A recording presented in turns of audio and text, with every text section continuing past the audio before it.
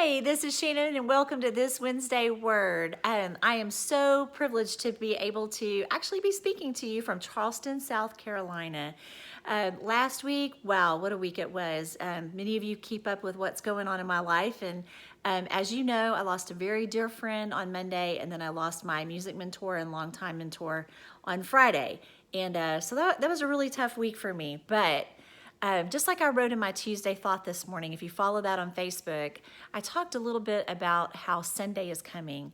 And Matthew 5:16 reminds us that we are to go and to shine our light so that others can see the glory of God and that we would glorify our Father who is in heaven, that they would see our good works because our good works will glorify him. And so one of the things that I wanted to just talk to you briefly about is shining our light. There's so many different ways that we can do that. And, when we have the Lord in our life, we can go and we can shine our light to different people, whether we're serving them, whether we're praying for them. There's so many different ways to do that. But in honor of my mentor who just passed away, that was her favorite verse. And so I thought it'd be really, I just wanted to do this in her honor today to say that when we go and shine our light, that is the way that we change the world. They're not looking they're not listening to what we preach to them. They're long past that. They're not listening to our religion, but they're watching how we live. And so many times if we're, say, at the grocery store and we cut somebody off or we forget to put our basket up, or it's in the little things that they're seeing us shine our light. And so when others see our light, that's when they're drawn to Jesus. And that's why we're here. That's our ultimate goal. And so one of the things that my mentor always reminded me of is that no matter what, it's not about who you know. It's not about those people that you know that will get you places. It's all about serving him.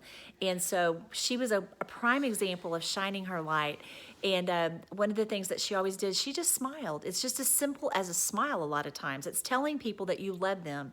It's letting them know how important they are. And one of the things that I read about her this week, I was so touched by. Somebody said, yes, and she always had the time to stop and speak. And it's in the little things. She made everyone feel important.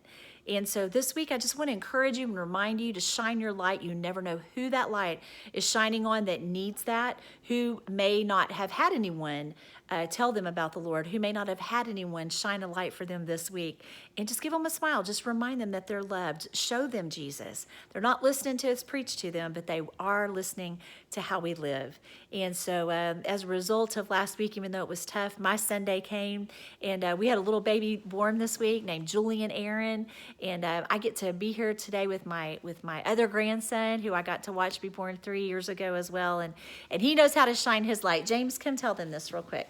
So I was going to ask you, James, who lives in your heart and loves you? Who is that?